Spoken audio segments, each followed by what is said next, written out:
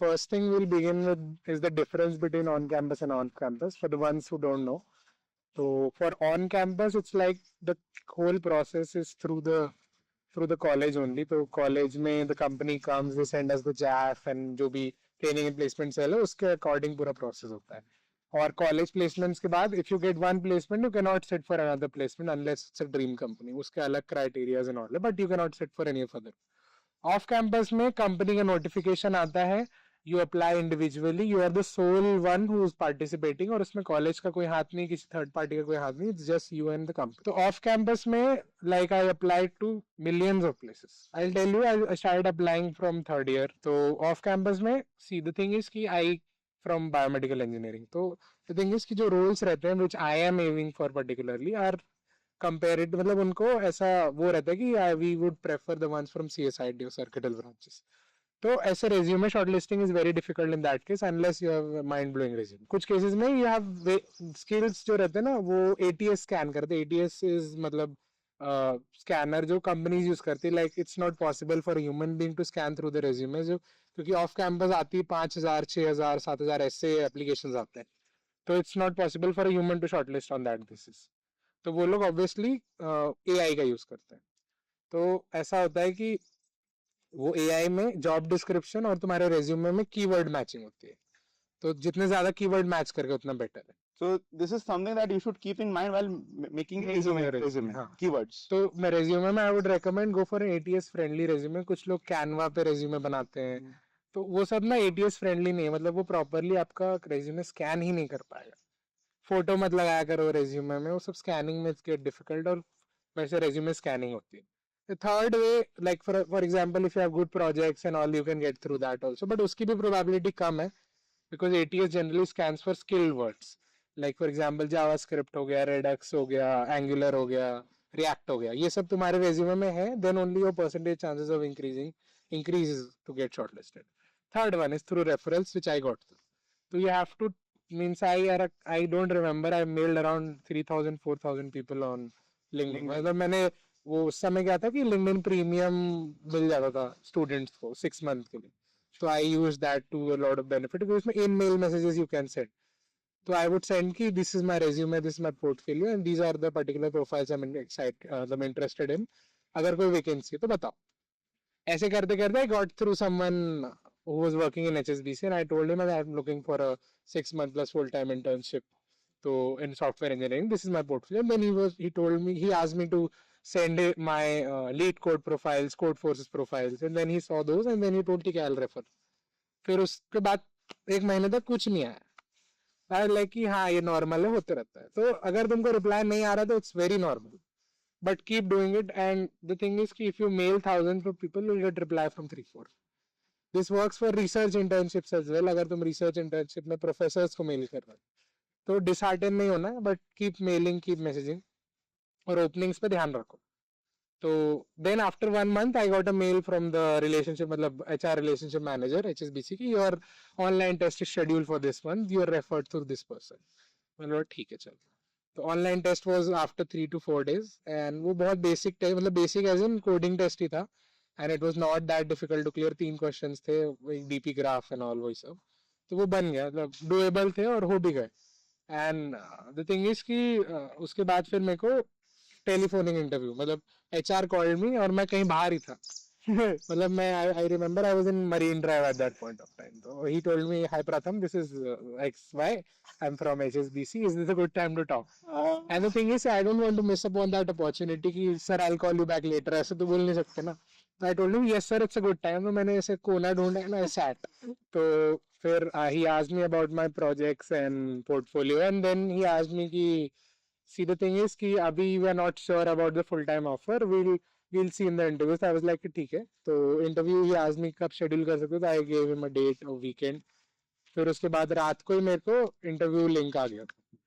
तो फिर interview हुआ. पहला interview was very easy, basic DSA questions, intro खत्म हो गया. 40 मिनट्स का इंटरव्यू था, वो हो गया. सेकंड इंटरव्यू आया, वो टफर DSA क्वेश्चंस है, थोड़ा प्रोजेक्ट्स के ऊपर, लाइक मेरे जो भी बैक एंड के प्रोजेक्ट्स हैं वो सब के ऊपर काफी detailed interview. Third interview I was expecting N HR interview, but हुआ साला सिस्टम डिजाइन पूछ लिया मेरे को. अप टू माय लक और to my preparation of क्या मेरे को पता नहीं. I have a friend called Rohit. He had his Rohit Jaiswal of my batch. अच्छा जसवाल सर हाँ हाँ, he has interned in Microsoft. हाँ तो उसका अभी उस समय रिसेंटली माइक्रोसॉफ्ट का जैसे इंटर्न खत्म होता है ना, तो कन्वर्जन के लिए देयर इज एन इंटरव्यू. तो उसको उसमें सिस्टम डिजाइन पूछ लिया. और हम लोग ऐसे डिस्कस कर रहे थे कि क्या हुआ तेरे इंटरव्यू में. ही टोल्ड मी कि एक एनालॉग क्लॉक डिजाइन करने बोला था मेरे को इंटरव्यू में. तो आई वाज वेरी क्यूरियस, मैं घर जाके देख लिया. अब to my luck same question इसमें आ गया. तो I knew what to answer. और जो भी उसने क्रॉस क्वेश्चन किया, थोड़ा बहुत सिस्टम डिजाइन पढ़ा है. मतलब आई वुड रेकमेंड, अगर बड़ी कंपनीज का एम करो तो HLD LLD सब पढ़ लो. High level design, low level design, थोड़ा थोड़ा आइडिया रहना चाहिए.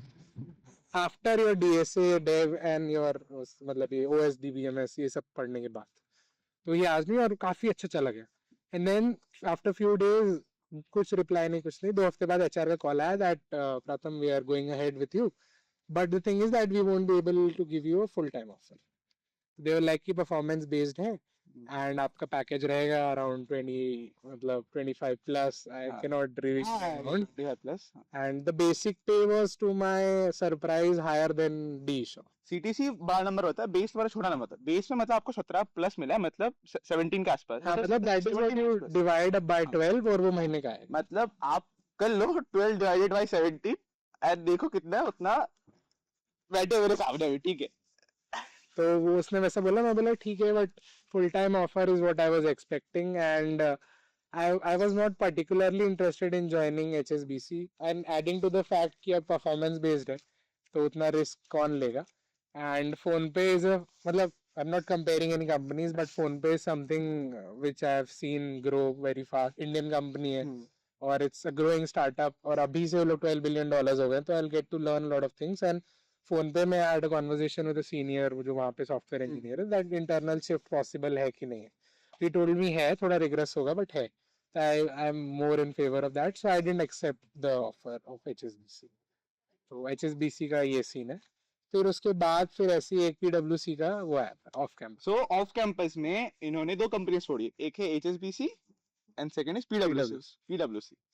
एंड नाउ HSBC हो गई, अब PwC से बात करते हैं.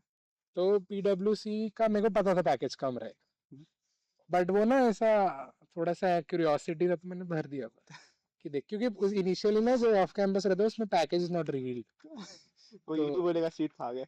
हाँ, अरे वो मेरा इंटेंशन नहीं था, बट अगर तुम केपेबल हो तो तुम वैसे भी निकल जाओगे, रहने से कोई फर्क नहीं पड़ेगा. ठीक है. तो द थिंग इज कि ऐसे मैंने भर दिया था. वो .NET डेवलपर था, मेरे को कुछ नहीं मालूम था. डॉट सॉलिडिटी पता नहीं क्या क्या तो लिखा होगा, मैं देखते हैं चलो. फिर क्या हुआ कि सरप्राइजिंगली डायरेक्ट इंटरव्यू कॉल आ गया. तो इंटरव्यू में काफी ज्यादा C++ बहुत ज्यादा डेप्थ में पूछ लिए, प्रोजेक्ट्स भी पूछ लिए, काफी ज्यादा मेरे को वो भी किए कि you're from बायोमेट. हाँ, ये चीज बहुत ज्यादा इंटरव्यूज में हुई कि तुम बायोमेट से हो, तो why do you want to shift into software engineering? तो you should have a proper answer. The ones who are not in circuital branches कि तुमको क्यों जाना है इसमें. You should be very clear, because वो स्टार्टिंग में एक इम्प्रेशन डाल देती that either he is in for the money और कोई इसको वहाँ पे जॉब नहीं मिल रही वैसे. You should not portray that yourself. और ये सब मेरे को पूछे और फिर ऑफर आ गया. तो वो फिर ऑफर लेटर में था कि इट्स अराउंड 14 lakhs कुछ, मतलब वही रेंज में होता है. आई वाज लाइक ये तो कम ही है फोन पे से, तो क्यों ही लेना. और वैसे भी .NET डेवलपर में को उतना इंटरेस्ट भी नहीं.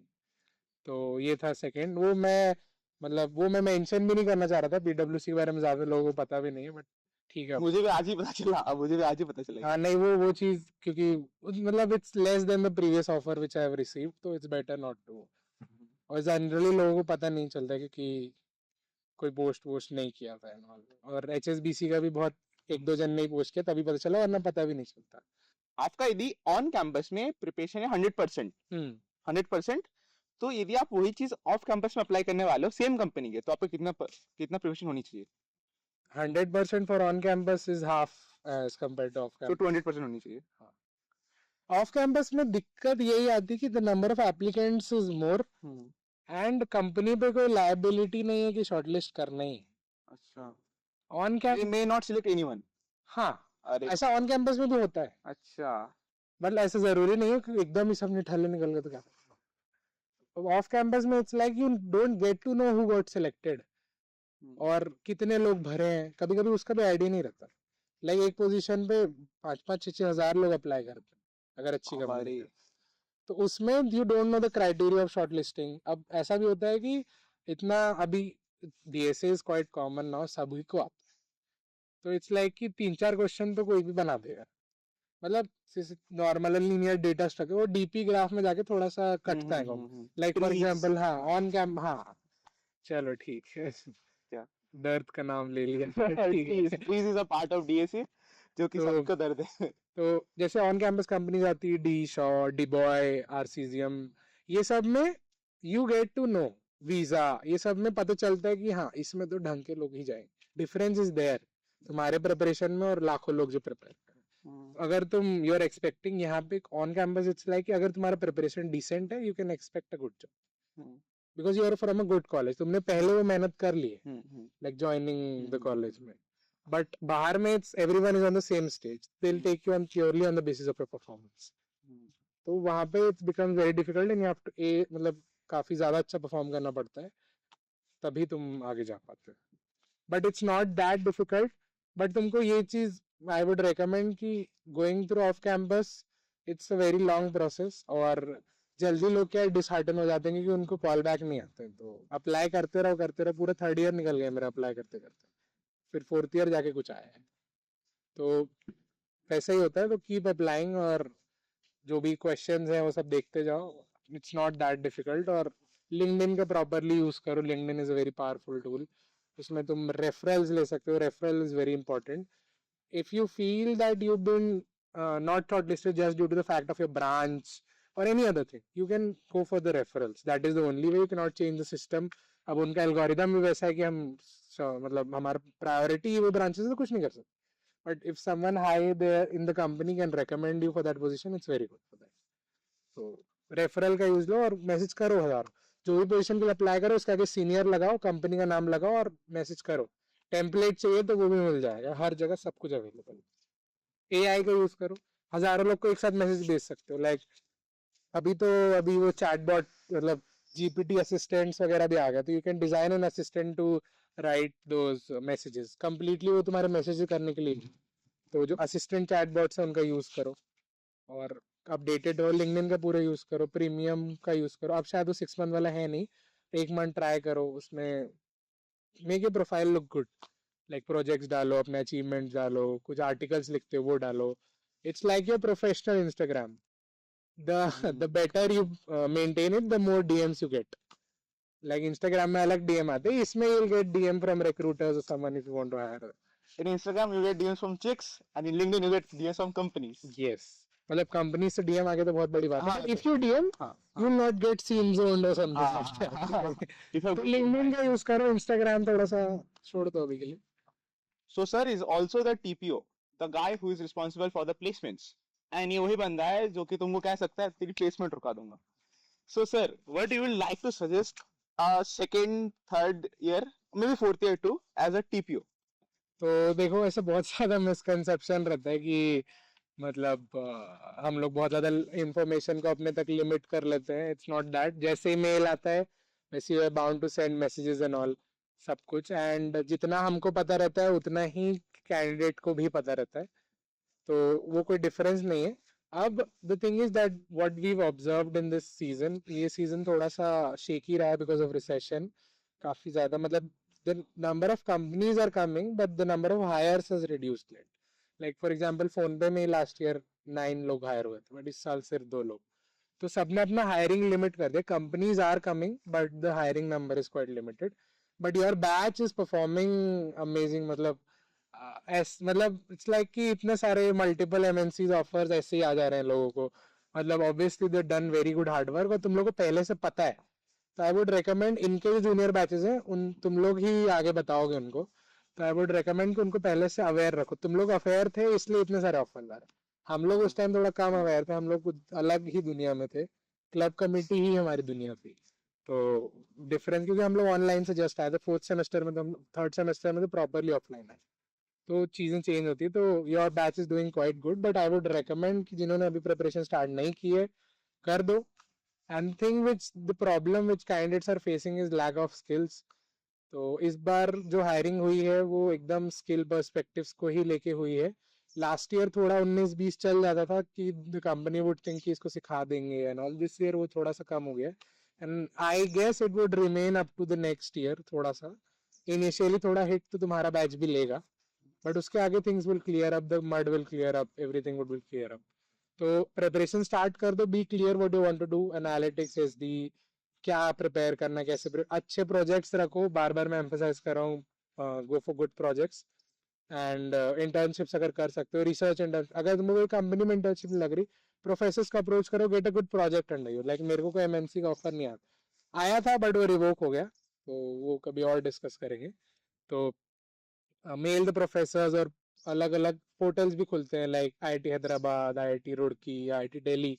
ये सब के प्रोफेसर्स के under if you do projects ना, वो इतने अमेजिंग प्रोजेक्ट्स करते हैं लोग. And the facilities and infrastructure they have, you get to work.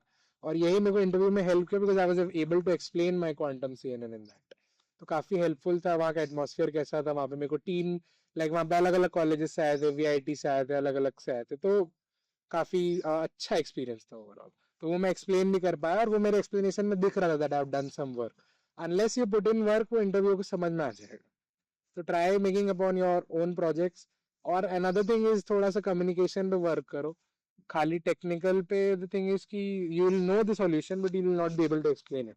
तो थोड़ा कम्युनिकेशन स्किल्स पे वर्क करो और अपना एक अच्छा इंट्रो बनाओ and you should be able to tackle the things during the interview. तो यही एक बेसिक सजेशन है इस साल जो हमने ऑब्जर्व किया है कि focus more on your technical skills and थोड़ा सा अपने आप को अप टू डेट रखो वर्ल्ड से. कि पेपर वेपर एडिटोरियल्स पढ़ सकते हो, तुम्हारा कम्युनिकेशन भी इंप्रूव होगा, बहुत सारी चीजें. और अगर शाय हो तो कोई भी टॉपिक पकड़ो और मिरर के सामने शुरू हो जाओ. अपने आप को देख के यू विल सी कि क्या मिस्टेक्स कर रहे हो. लाइक दूसरे के लिए पॉइंट आउट करना अपने लिए बहुत ईजी रहता है बट खुद को आईने में देखते तो पता चलता है कि हम भी वही हैं. तो it's better that you do that. बाकी तो it's like your batch is quite good and थोड़ा सा एफर्ट डालेंगे तो अपॉर्चुनिटीज तो बहुत. ऑन कैंपस पे अपने आप को लिमिट मत करो कि हाँ यार छोटी मोटी नौकरी लगे खुश हो जाएंगे. बाहर बहुत कुछ है, बहुत कुछ. ऑल्दो तुम लोग बहुत कुछ एक्सप्लोर कर लियो but there are lot of hackathons, case competitions which I participated and which really helped me. तो वो सब अचीवमेंट सेक्शन में अपने डाल सकते हो रेज्यूमे के. How he cracked GATE with the AR rank of 87. भाई तुमने ऑन कैंपस भी निकाल लिया, ऑफ कैंपस में गेट भी निकाल लिया. So multi talented guy, let's have a good conversation. To be very honest, मेरा ना मन है कोर में जाने का, ना मेरे को कोई इंटरेस्ट है. गेट मैंने, मेरे पेरेंट्स ने बोला था भर दे and even I wanted to give that exam, तो मैंने भर दिया था. ठीक, उसका प्रेपरेशन एज सच कुछ नहीं किया था. I gave get from biomedical engineering only, और उसमें बैठते अराउंड 4000-5000 लोग, ज्यादा लोग नहीं बैठते बायोमेड से, क्योंकि अभी नई नई ब्रांच है और गेट उसका 2020 में ही चालू. तो गेट में it's like aptitude and maths, ये दोनों के बेसिस पे मेरी रैंक आ गई. ठीक है, आई बी वेरी ऑनेस्ट, ना मैंने कोर का कुछ पढ़ा, ना मेरे को पढ़ने में इंटरेस्ट था. एक दो क्वेश्चन बैठ गए. पता है थिंग इज कि सिग्नल एंड सिस्टम एक सब्जेक्ट है, तेरा भी होगा इलेक्ट्रिकल से, signal system and signal processing, DSP पढ़ते हो ना तुम लोग, कष्ट दे सब्जेक्ट. तो वो है. तो ये सब सब्जेक्ट जो है वो थोड़ा सा मैंने इंटरेस्ट लिए क्लास में पढ़ लिए थे. तो सरप्राइजिंगली उसके क्वेश्चन बन गए मेरे को गेट. मतलब मैंने थोड़ा बहुत ऐसे ऊपर नीचे देखा था कि क्या होता है एक सिस्टम, मतलब डिफरेंट टाइप्स ऑफ सिस्टम्स, और कैसे मतलब फूरियर ट्रांसफॉर्म वगैरह कैसे लेते हैं ना. तो गेट में फॉर बायोमेड स्कोर करने के लिए लाइक मेरे सीनियर्स ने AIR 6 भी स्कोर किया, मेरे सीनियर ने. अरे तो और एक और सीनियर ने AIR 822 भी स्कोर किया. तो they put far more efforts than me. तो इट्स लाइक कि मेरा aptitude was quite decent because I had been preparing for Goldman and all वगैरह वगैरह. तो वो सब के लिए मेरा एप्टीट्यूड काफी ठीक था, मतलब डुएबल था. गेट के तो बन जाने चाहिए एटलीस्ट. तो एप्टीट्यूड पूरा बन गया, मैथ्स पूरा बना. मैथमेटिकल सेक्शन भी आता है तो उसमें मैथ्स थोड़ा बहुत पढ़ लिया था जोश में, पता नहीं क्यों फर्स्ट 2 सेमेस्टर में. तो वे हैव मैथ्स 1 2 3 4, तो वो 4 सेमेस्टर्स में बटा हो. तो पहले 2 सेमेस्टर में पता नहीं क्यों पढ़ लिया, मेरे को भी नहीं पता क्यों पढ़ लिया, तो वो बन गया. और मेरे को थोड़ा सा डेटा साइंस एंड ML में इंटरेस्ट भी है, तो मेरा थोड़ा सा मैथमेटिकल मेरे को पढ़ना पड़ जाता था बीच बीच में, थोड़ा बहुत स्टैट एंड ऑल वगैरह. तो उसके कुछ क्वेश्चंस बन गए और मेरे को एक्सपेक्टेड नहीं था, मेरे को एक्सपेक्टेड था अराउंड 200 के अंडर रैंक आए, बट 100 के अंडर आ गया, तो ठीक है, चलो इट्स फाइन. तो प्रिपरेशन में I would recommend, I am not the right person to talk, but यही है कि for GATE it's very important that you score in the sections which are much less given importance. Like aptitude का लोगों को उतना feel लेके नहीं पढ़ते लाइक जितना वो कोर सब्जेक्ट्स पढ़ते. तो एप्टीट्यूड और मैथ्स में अगर तुम अच्छा फोकस करोगे तो दैट गिव्स एन एज. तो प्रीवियस ईयर सॉल्व करने से भी काफी तुमको क्लैरिटी मिल जाएगी कि what chapters are given importance, किस टाइप के क्वेश्चंस आते हैं. और यू कैन मैनेज, मतलब अराउंड 7-6 मंथ्स का अगर डिसेंट प्रेप है, रोज 3 घंटे पढ़ोगे तो हो जाए. फिर तुमको पीएसयू वीएसयू आ जाता है. बायोमेट से जनरली उतना PSU and all is not related. तो बायो मतलब केट वाज तो ऐसे. Yeah, yeah.